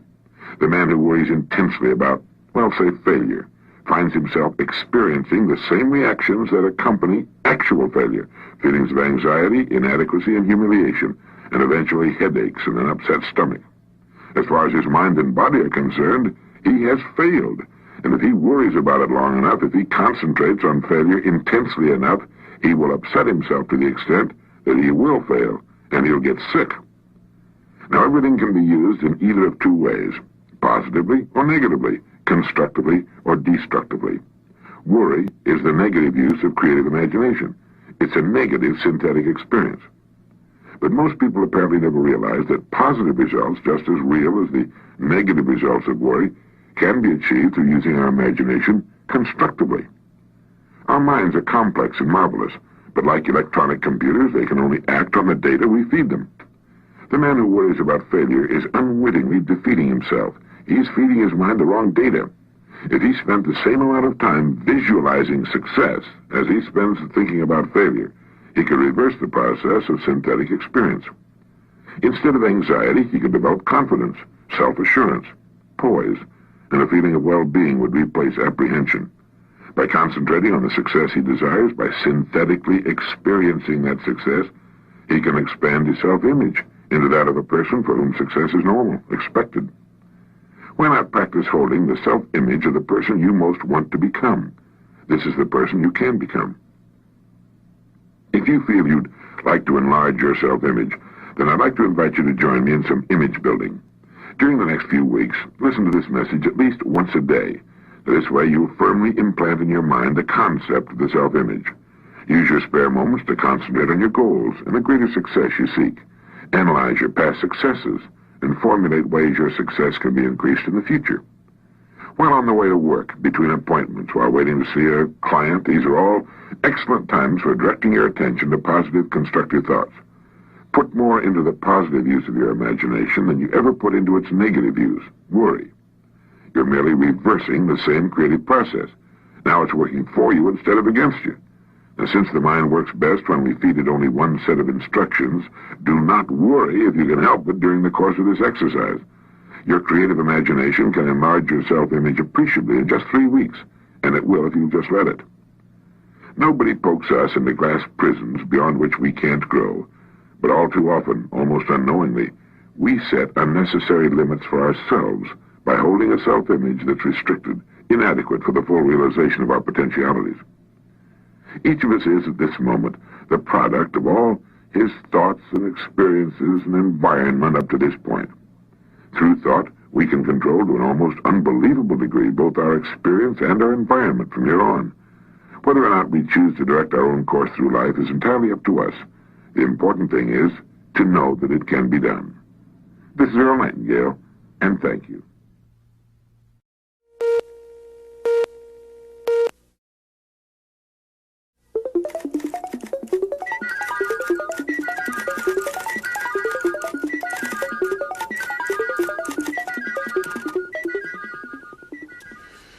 Maybe you saw the news item some time back about a Canadian farmer who sold his Stradivarius violin for, I think it was in the neighborhood of $60,000.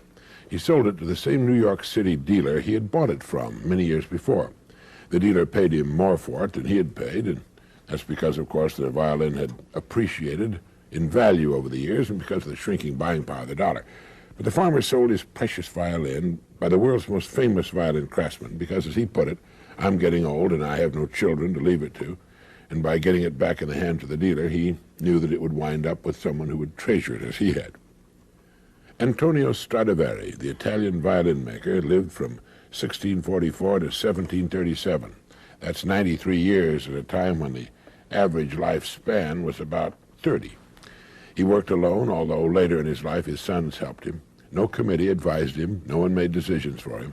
His tools were primitive, but that was not important. He put himself into his work. All the world's tools couldn't make up for that. When he was finished with an instrument, when he was sure that his work measured up to his own personal standards, he signed his name to it. And today, more than 200 years later, his name is a household word all over the world. Everybody's heard of Stradivarius, the Latin form of the name that he inscribed on his violins. Throughout history, there have always been men with similar standards of excellence. Authors such as William Shakespeare, artists like Leonardo da Vinci, craftsmen like furniture maker Thomas Chippendale and silversmith Paul Revere. Everything they did was done well, not because it had to be, but because they wanted it to be. They had only to please themselves, yet the products of their fertile minds and skillful hands are still collected and admired today.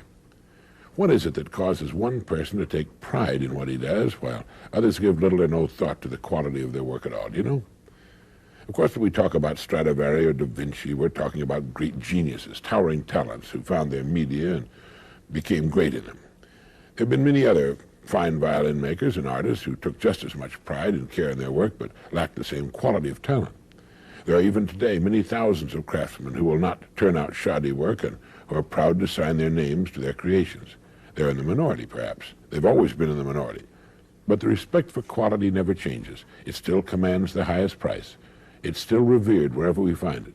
And the person creating it has gained for himself two precious assets. First, he's built the kind of security that lasts a lifetime. He need never worry about his income. And second, his work is a source of satisfaction and joy to him. He derives deep satisfaction from being an uncommon person. And now a moment for this message.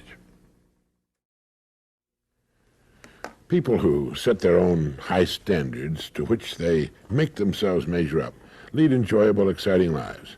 Each task they begin is a fascinating contest to achieve their own standards of excellence. Thank you.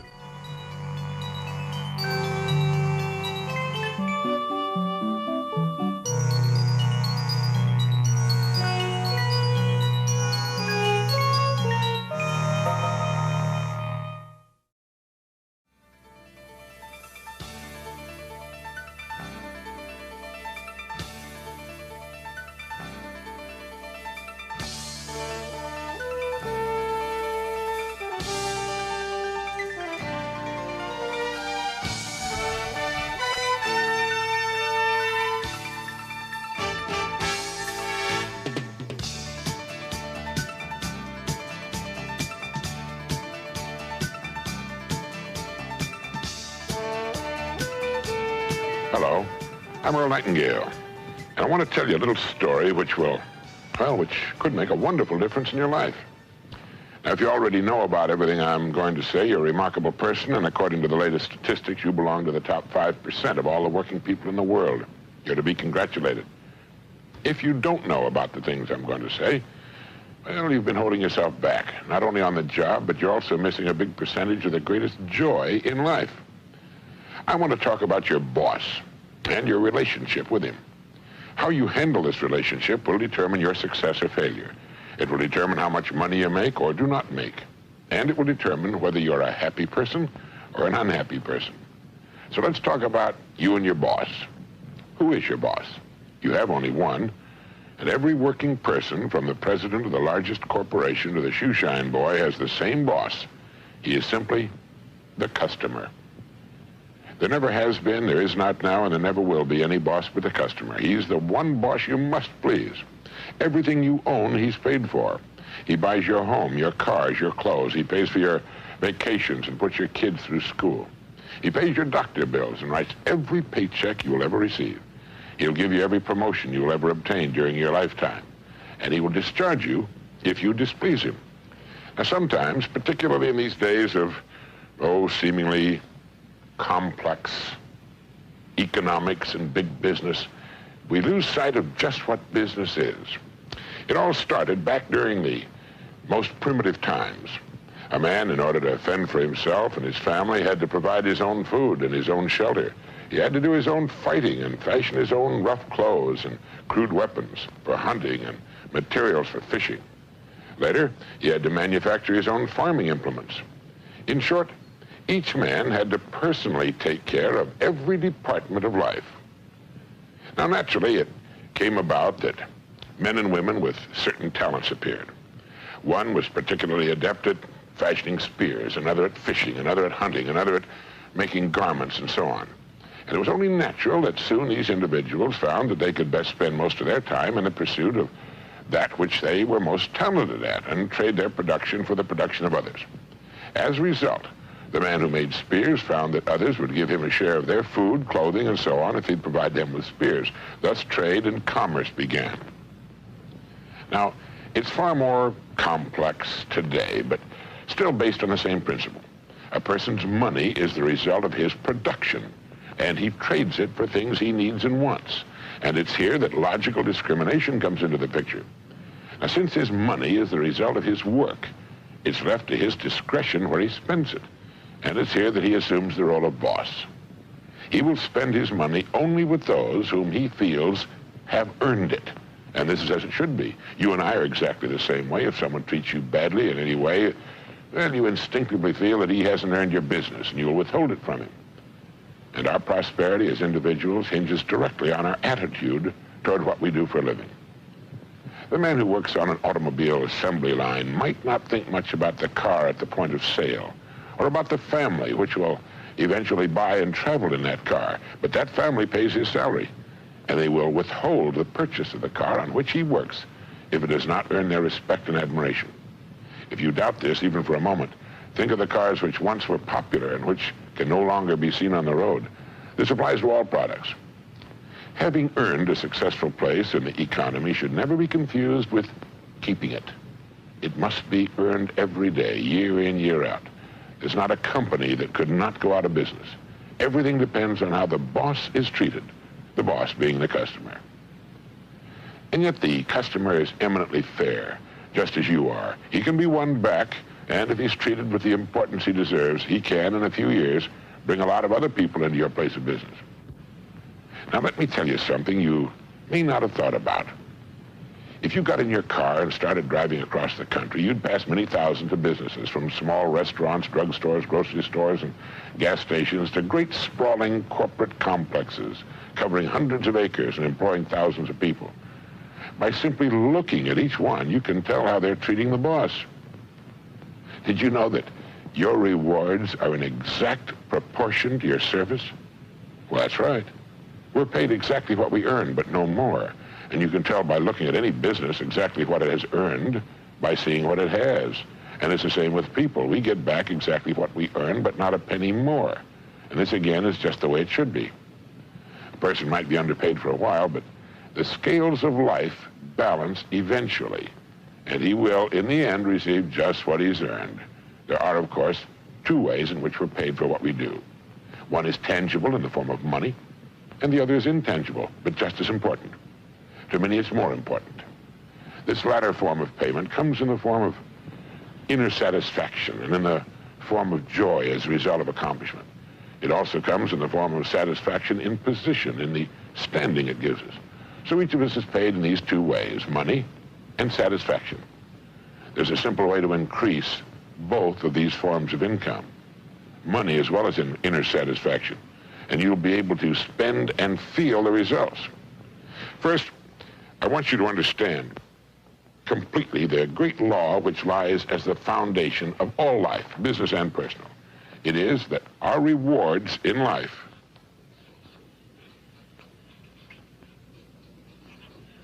will always be in exact proportion to our service.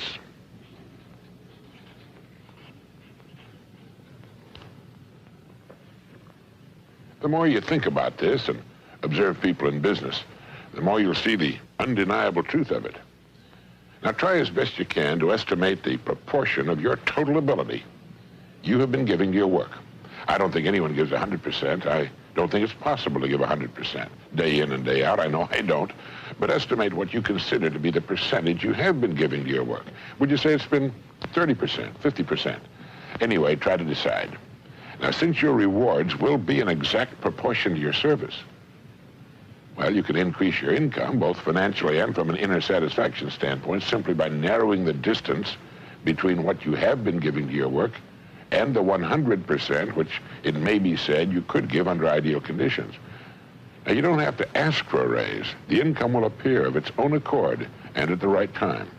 You may want to question this, but try to take my word for it. Now, the second point I want to make is this. If you begin to do your work better than you've ever done it before, you will immediately begin to receive incalculably more inner satisfaction.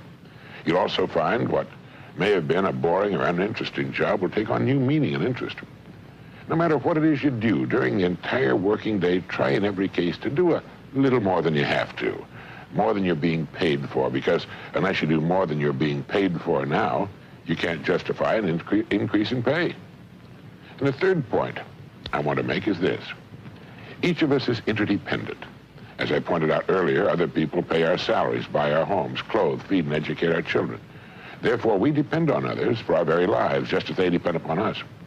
Now, if we expect others to give us excellent service and fine products for the money we spend, doesn't it make good sense that we should treat them the same way?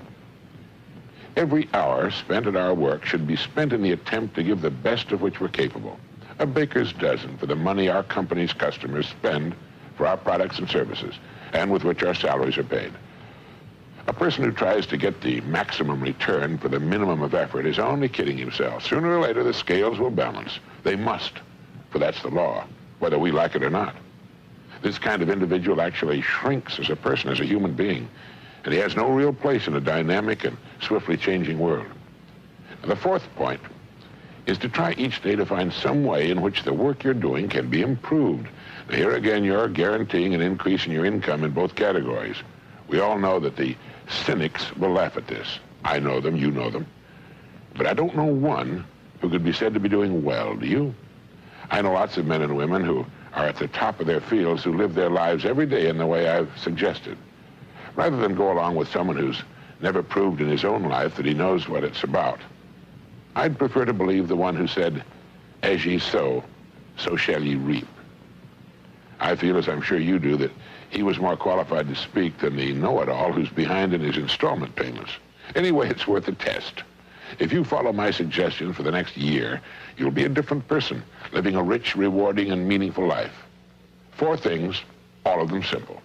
1, remember that our rewards in life will be in exact proportion to our service. 2, by giving your work a larger percentage of your capabilities and talents, you must increase your income substantially. 3, since our lives depend on others, treat others in every facet of your life exactly as you want others to treat you. If you expect others to give you excellent products and services for the money you and your family spend, then you should make certain that your job is handled excellently, since it's the money of others which pays your salary. 4, try to find some way every day in which your work can be improved. And above all, know your boss. He's the customer. Treat him with the respect, care, and courtesy and humor he deserves. Remember that he pays all of your bills every month. He will buy everything you will ever own. He may be, of course, crude, coarse, ignorant, selfish, conniving, and a thoroughgoing savage. He often will be. And here it's more important that you treat him with all the care and attention you can muster. If you don't, and if you permit his attitude to affect yours, you're admitting that he's the stronger person. If you respond the same way he conducts himself, you're admitting you're no better than he is. But most people are nice people. They're people like you and me who want to be liked, who want to get along, and who want to be friends. They have problems and sorrows of their own, of which we're not aware. And they have bad days and disappointments. Make sure that the time they're with you is a high spot in their day, and they'll want to come back, not just because of your company, but because of you. If you will do these things for a year, you'll be surprised and delighted, and you'll find that you wouldn't live any other way for the world. If you're already living this way, you know what I mean. Thank you.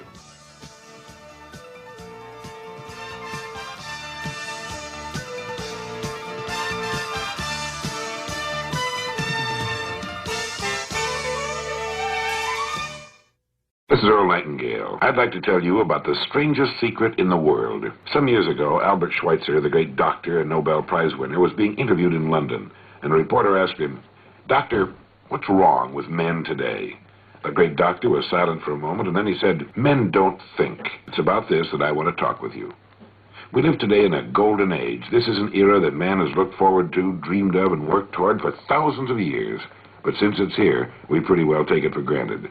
Ours is a land of abundant opportunity for everyone. But you know what happens? Let's take 100 men who all start even at the age of 25. If you asked any one of them if he wanted to be a success, he'd tell you that he did. And you'd notice that he was eager toward life. There was a certain sparkle to his eye, an erectness to his carriage, and life seemed like a pretty interesting adventure to him. But by the time these 100 men reach the age of 65, only 5 will have made the grade. Only 5 are successful. When we say only 5% achieve success, we have to define success, and here's the definition. Success is the progressive realization of a worthy ideal. If a man is working toward a predetermined goal and knows where he's going, that man is a success. If he's not doing that, he's a failure. Success is the progressive realization of a worthy ideal. Rollo May, the distinguished psychiatrist, wrote a wonderful book called Man's Search for Himself. And in this book he says, the opposite of courage in our society is not cowardice, it's conformity. A survey was made one time that covered a lot of men, working men, and these men were asked, "Why do you work? Why do you get up in the morning?" 19 out of 20 had no idea. They simply said, "Everyone goes to work in the morning, and that's the reason they do it, because everyone else is doing it." And there you have the trouble today. It's conformity. People acting like everyone else without knowing why, without knowing where they're going. Now, we learn to read by the time we're 7. We learn to make a living by the time we're 25. Usually, by that time, we're not only earning a living, we're supporting a family. And yet, by the time they're 65, the great majority hasn't learned how to become financially independent in the richest land that has ever been known. Why? They conform. They're acting like the wrong percentage group, the 95% who don't succeed. Why do these people conform? Well, let's get back to our definition of success. Who succeeds? The only man who succeeds is the man who is progressively realizing a worthy ideal. He's the man who says, "I'm going to become this," and then begins to work toward that goal. He succeeds because he knows where he's going. Think of a ship leaving a harbor, and think of it with a complete voyage all mapped out and planned. The captain and crew know exactly where the ship is going and how long it will take. It has a definite goal, and it will reach that goal. Now let's take another ship, just like the first, only let's not put a crew on it, or a captain at the helm. Let's give it no aiming point, no goal, no destination. We just start the engines and let it go. I think you'll agree with me that if it gets out of the harbor at all, it will wind up on some deserted beach, a derelict. It can't go anyplace because it has no destination and no guidance. And it's the same with a human being. I'll tell you who the successful people are. A success is the school teacher who's teaching school because that's what he or she wanted to do. The success is the woman who's a wife and mother because she wanted to become a wife and mother and is doing a great job of it. The success is the man who runs the corner gas station because that's what he wants to do. The success is the successful salesman who wants to become a top-notch salesman and grow and build with his organization. A success is anyone who is doing deliberately a predetermined job because that's what he decided to do deliberately. But only 1 out of 20 does that. That's why today there really isn't any competition unless we make it for ourselves. Instead of competing, all we have to do is create. For 20 years, I looked for the key which would determine what would happen to a human being. Was there a key, I wanted to know, which would make the future a promise that we could foretell to a large extent? Was there a key that could guarantee a person's becoming successful if he only knew about it and knew how to use it? Well, there is such a key, and I've found it. Here's the key to success and the key to failure. We become what we think about. Now let me say that again. We become what we think about. Throughout all history, the great wise men and teachers, philosophers and prophets have disagreed with one another on many different things. It's only on this one point that they're in complete and unanimous agreement. Buddha said, "All we are is what we've thought about." Marcus Aurelius said, "A man's life is what his thoughts make of it." Disraeli said, "Everything comes if a man will only wait." I've brought myself by long meditation to the conviction that a human being with a settled purpose must accomplish it, and that nothing can resist a will that will stake even existence for its fulfillment. Ralph Waldo Emerson said this, "A man is what he thinks about all day long." William James said, "The greatest discovery of my generation is that human beings can alter their lives by altering their attitudes of mind."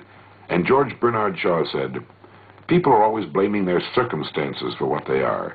I don't believe in circumstances. The people who get on in this world are the people who get up and look for the circumstances they want, and if they can't find them, make them." Well, it's pretty apparent, isn't it? We become what we think about. It stands to reason that a person who's thinking about a definite and worthwhile goal is going to reach it, because that's what he's thinking about, and we become what we think about. Conversely, the man who has no goal, who doesn't know where he's going, and whose thoughts must therefore be thoughts of confusion and anxiety and fear and worry, becomes what he thinks about.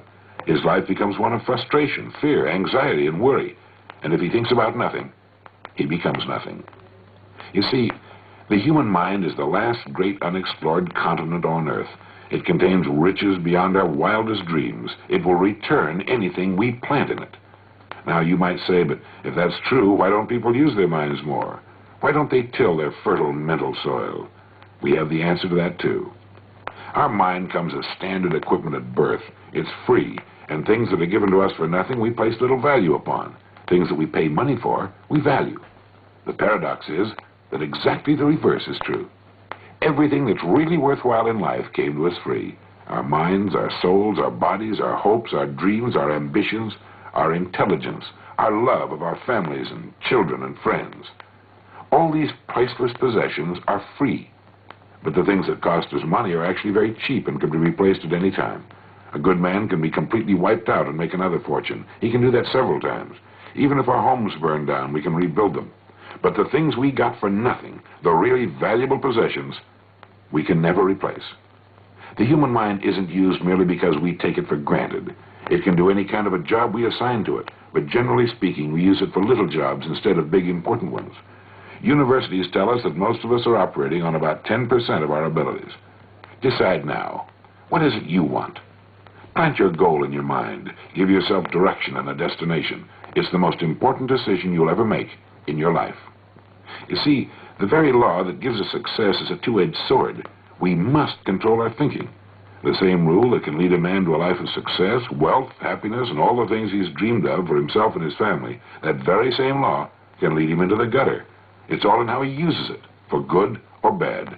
This is the strangest secret in the world. Remember these words from the Sermon on the Mount, and remember them well. Keep them constantly before you. Ask, and it shall be given you. Seek, and ye shall find. Knock, and it shall be opened unto you. For every one that asketh receiveth, and he that seeketh findeth, and to him that knocketh it shall be opened. It's as marvelous and as simple as that. In fact, it's so simple that in our seemingly complicated world, it's difficult for an adult to understand that all he needs is a purpose and faith. Above all, don't worry. Worry brings fear, and fear is crippling. The only thing that can cause you to worry is trying to do it all yourself. Know that all you have to do is hold your goal before you. Everything else will take care of itself. Remember also to keep calm and cheerful. Don't let petty things annoy you and get you off course. Prosperity is founded upon a law of mutual exchange. Any person who contributes to prosperity must prosper in turn himself. Sometimes the return will not come from those you serve, but it must come to you from someplace, for that's the law. For every action, there is an equal and opposite reaction. There are no exceptions to a law. You can drive down any street in America, and from your car estimate the service that's being rendered by the people living on that street. Had you ever thought of this yardstick before? It's interesting. Once this law is fully understood, any thinking person can tell his own fortune. If he wants more, he must be of more service to those from whom he receives his return. If he wants less, he has only to reduce this service. This is the price you must pay for what you want. If you believe you can enrich yourself by deluding others, you can end only by deluding yourself. It may take some time, but just as surely as you breathe, you will get back what you put out. The prisons, and we're going someplace, so we should make our time here an exciting adventure. The architect of the universe didn't build a stairway leading nowhere. And the greatest teacher of all, the carpenter from the plains of Galilee, gave us the secret time and time again. As ye believe, so shall it be done unto you.